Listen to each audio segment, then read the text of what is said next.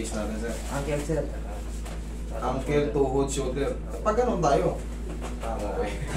Kasi pag ginawa ko na yung pamos, paangat tayo. Madumi na. Pero ito ito, okay lang ito. Ito, okay lang. May short ka, sir? Meron po, meron po. Sige. Yan. Alin yung bago lang ito? Ito po. Tingnan mo. Ano nangyari sa'yo? Sa basketball lang po. Ah, okay. Wala kang mga disgrasya. Wala po. Diyan ito, wala. Yan, matama yan. Yung kaliwa ko. Yan, yung sakit. Yan, masakit. Okay. Mga ilang buwan to? Hindi, bago lang. Mga weeks pa lang siguro. Weeks pa lang? Okay. Weeks pa lang.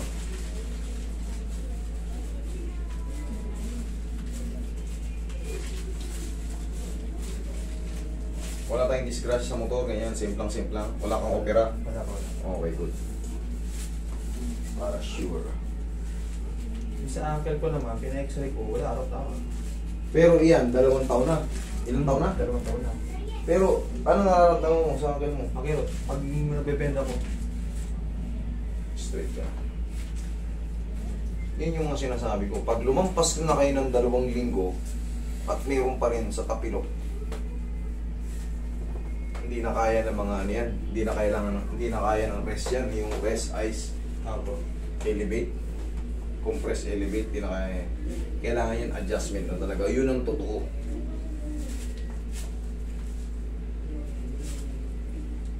Kasi sa tagal ng 2 taon, imposible hindi mo na ipahinga yun kahit papano. Sa haba ng duration na yun. Diba? Imposible naman yun. Relax. Tagilid ka, sir. Hindi ka patagilid. Hindi ka patagilid. Yan, para sa balakang naman eh. Tapos, huli na natin itong tuhod mo. Tsaka yung ano, papilok. Ano. Okay, relax lang. Kabilang side.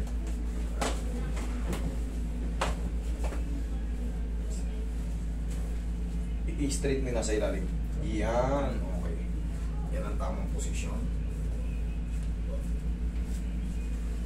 Okay, mas lang. Lambutan mo lang. Yan. Sige. Ubusin. Ah, grabe dami. Laba. Basta tamang posisyon, babalik lang sa tamang posisyon din yung mga joint. Pero pag mali ang posisyon nyo, nagbuhat kayo ng mabigat, nakatagilid kayo. Pag labutok nun, di kayo makatayo.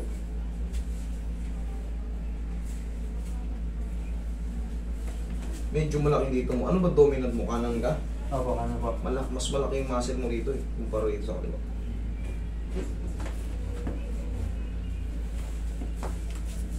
Magtaka ka kung ang dominant mo kaliwa, tas mas malaki to. Sigurado, magay. Pero yan, hindi yan maga. Okay lang sila. Dagdag mo na.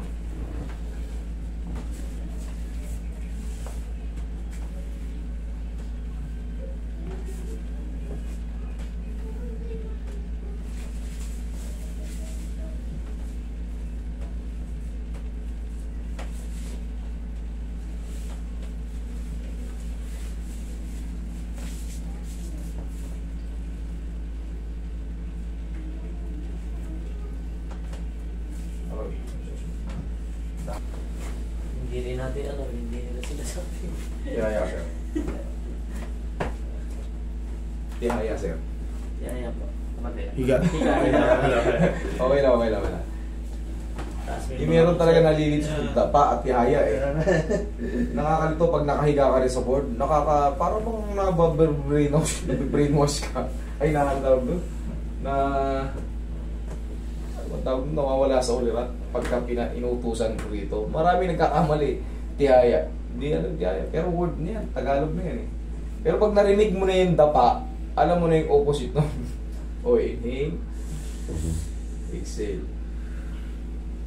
Yan. Yan ka muna. Tapos yung mga paa. Si sir talaga, ito talaga yung main concern niya. Shoulder at tuhod. Ay ano, dito. Ito yung kumikirot, no? Opo, yun po. 2 taon na. 2 taong pagdudusa, palayain na natin yan si sir. Sa matapilok na. Apusog ka konti ro sir. Medyo matangkad-tangkad ka eh. Yan. Yan. Sige, higa ka na maayos.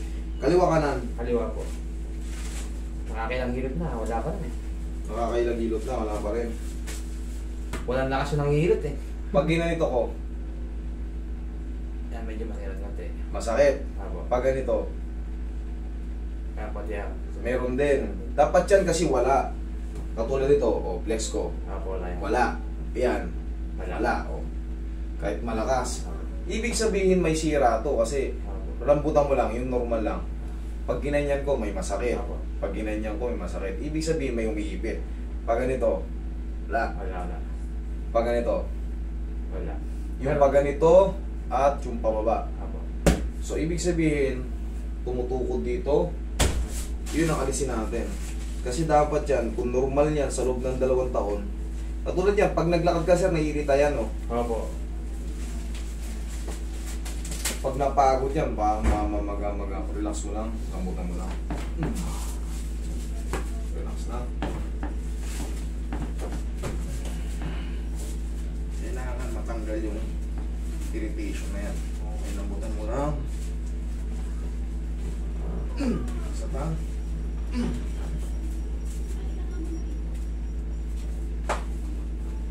Peng tissue.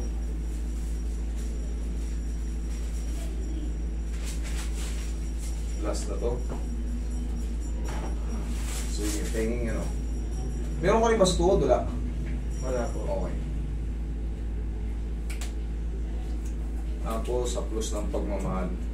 Ay, ito. Meron po. Ito. Meron dyan? Apo. Okay. Sige. Parang nagagano siya. Check na rin natin yan. Yan, bigla lang lumitaw eh. Wala namang alam na na-injury siya. Hindi, na ano lang yan. Na compensate lang. Kasi pag ito, irritable na, hahanapan mo na ng diin na magsasalo. Oo, yun ang ginagawa. Kaya ano, siyempre masakit eh. Pag dinidiin mo, masakit. Eh di hahanap ka ng alalay, Opo. which is tuhod yun. Okay? Siyempre katagalan, katulad yan, 2 taon na, o di mayroon sasalo talaga ng sakit sa susunod. Sabi mo nga, hindi mo alam kung bakit nangyari yun eh. Opo. Wala ka namang naalala ano. Pero yun nga, compensation.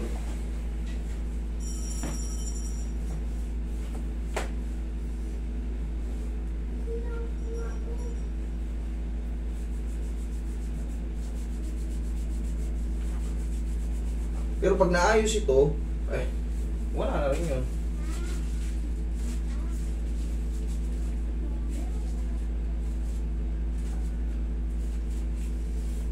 Okay. Tignan natin. Wala. Sure? Opo, wala. 7 na yung paa mo. Wala po. Pakabila. Wala. Pababa. Wala po. Pataas. Wala. Gumaan yung pandang. Wala. 2 years.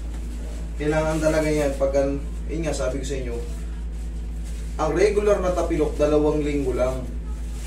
Kayang-kaya na ng mga bote-bote yan, natatanggal yan. Pero pag iyan ay umabot na ng buwan at mayroon pa rin, naiirita, taon, siyempre kailangan yung pabago yung posisyon. Kasi yung talus joint natin, mahalaga yun, yun may control sa ganyan. Kaya nga piniplex natin eh. Kagaya nung dito kanina, pag ginanong ko, wala. Pero ito, pag ginanong mo, aray. Ibig sabihin, mali. Itong tuhod naman, sumalo lang to ng ano, relax lang. Sumalo lang to ng bigat. Kasi may masakit dito. Pero, alog lang yan. Yayanigin lang yan. Tapos, konting haplos ng pagmamahal, tapos na.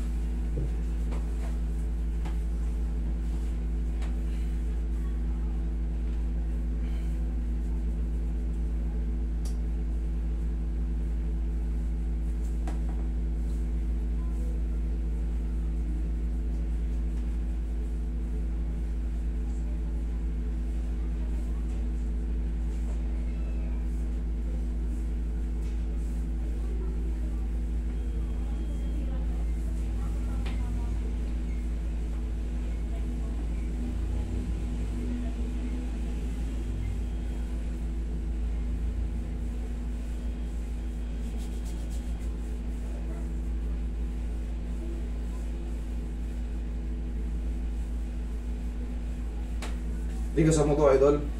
Sipa mo. Isa pa. Thank you. Okay, upo ka. Dito tayo, balik tayo sa shoulder na masakit kanina. Hindi niya maidikit.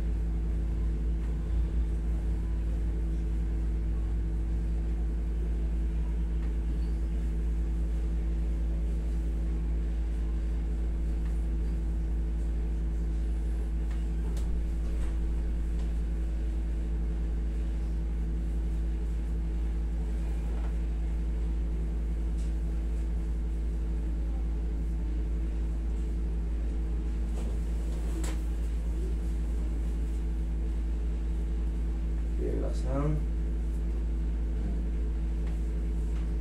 Kanina hindi maangat.